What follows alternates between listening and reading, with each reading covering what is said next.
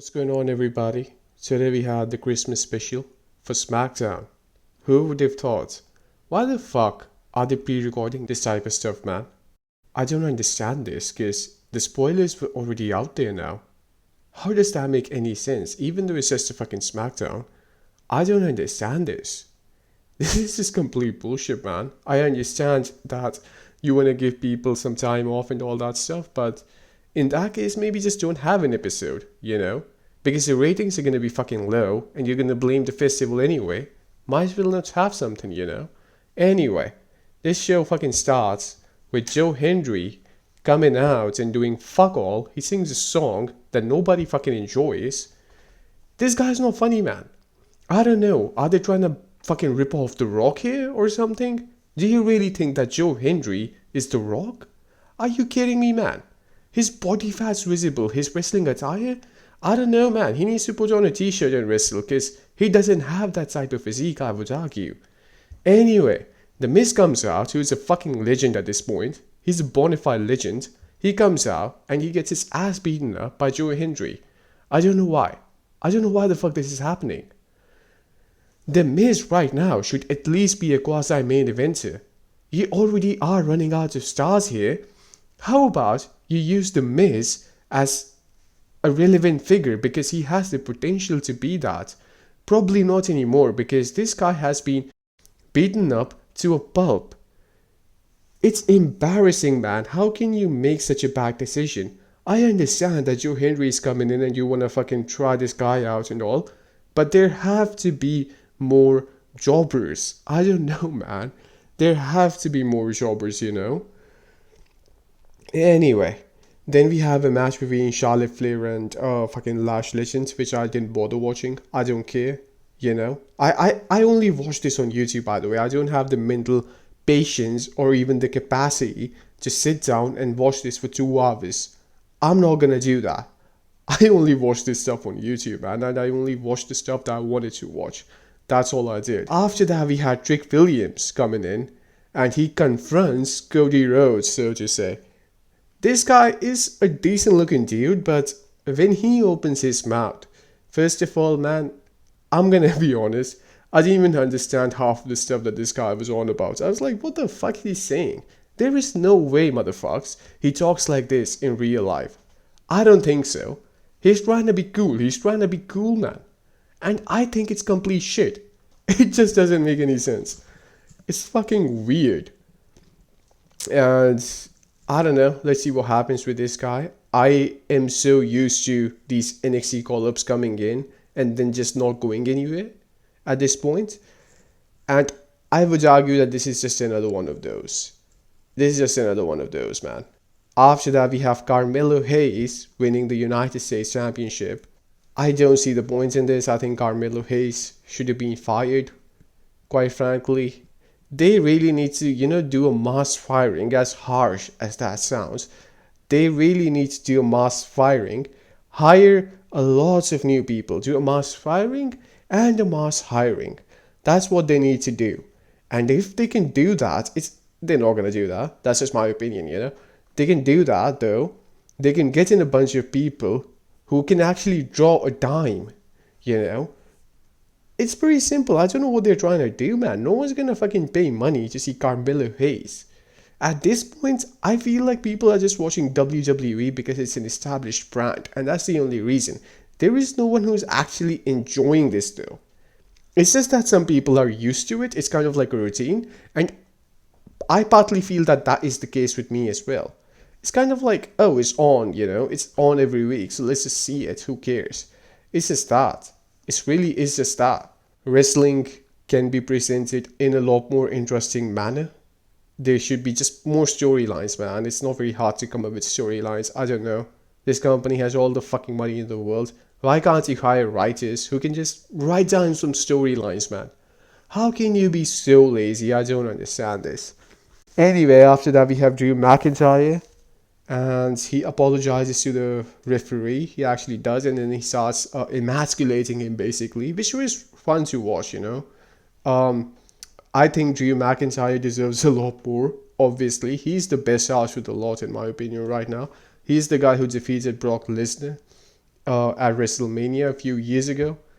I really think that they could have done something here. Obviously, his legacy is gonna have that fucking black mask of a way because he was a part of the 3MB group, and that's never gonna go away, right?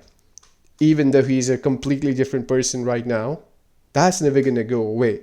You can't say the same thing about Randy Orton, if you know what I mean. He was never a part of something like 3MB. And same thing applies for Cody Rhodes, man. He was Stardust. You can't say the same about John Cena. He was never fucking putting on paint on his face and doing fuck all. That's not what he was doing. And that's why it just feels so different right now. You don't have a wrestler around who has just been relevant from the beginning. Braun Breaker and all these guys, they are rising up. And honestly, I don't see much potential in Braun Breaker, if I'm being honest, man. I could be wrong. I don't know. But right now, man, I say it like it is. You know, I'm not going to fucking pretend that I see something if I don't.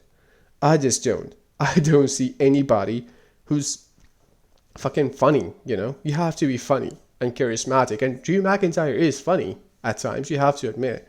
But you look at a guy like Obafemi, I don't think he's ever gonna make the audience laugh by roasting somebody, for example. You know, and I think that's a very important trait to have. You have to be funny in that manner. If you're not funny, you have to have something. You have to maybe be good looking, like, I don't know, Randy Orton is a good looking guy. He's not the best at roasting people, you can argue, but in terms of just promo abilities, right? But CM Punk can do it. So you have to have something, man. I don't know. Just something, some characteristics, unless you want to be a monster heel. Obafemi, most likely, I don't know. I think he's going to be a baby face when he comes in, but I don't know. I don't know what he's going to do. Overall, this show, man, I just don't feel like there is much to it. All of these episodes nowadays, they just feel like fillers, man. And that's a big problem, I feel like. I don't know why they haven't realized it. There is no way they haven't realized it, actually, man. They must have realized it. I feel like they just don't give a fuck. I don't know why. I don't know why, man. Like, ratings are going down. People are not watching. Everybody's fucking criticizing this shit. I don't know why they are not even trying. They're not even trying, man. You can tell. You can tell when someone's trying but not succeeding, and when someone's not even trying, man. They really need to fucking do something really quickly, I think. They need to bring in some more people. And also, I really think the presentation of SmackDown right now with the blue ring and all kind of feels like an indie show, doesn't it? I don't know, like, I was watching some clips from back in 2015. I was watching Raw from 2015, and it just looked more advanced in a way. This looks like an indie show right now, and I don't like that. I don't know why they did this.